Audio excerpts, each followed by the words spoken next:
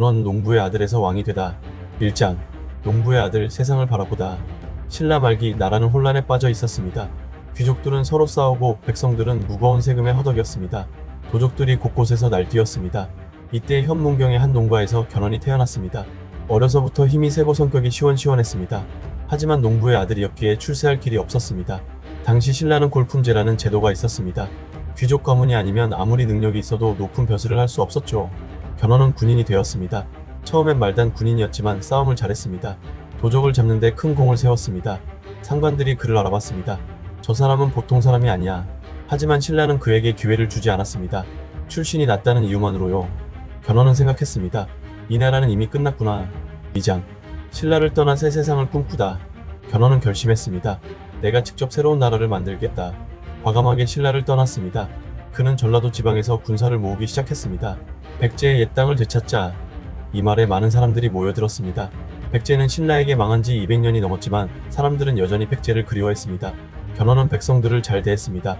세금을 줄여주고 공을 세운 사람은 출신을 따지지 않고 높은 자리를 주었습니다.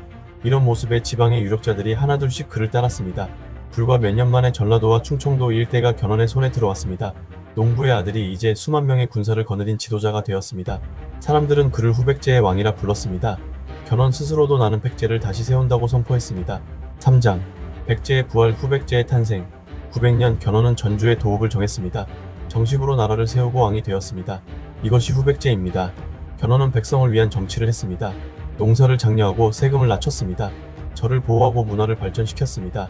전주는 번성했고 백성들은 안정된 삶을 살았습니다. 하지만 주변에는 적들이 많았습니다. 북쪽에는 왕건이 세운 고려가 있었습니다.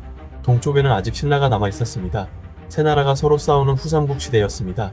견훤은 계속 전쟁을 했습니다. 한 번은 신라의 수도 경주까지 쳐들어가 왕을 죽이기도 했습니다. 신라가 백제를 멸망시켰으니 나도 신라를 무너뜨리겠다. 한때 후백제는 후삼국 중에서 가장 강한 나라였습니다. 견훤의 꿈이 이루어지는 듯 했습니다. 4장 아들의 배신 그리고 비극적 결말. 하지만 나이가 들면서 문제가 생겼습니다. 견훤에게는 아들이 여럿 있었습니다. 맏아들은 신검이었고 넷째 아들은 금광이었습니다.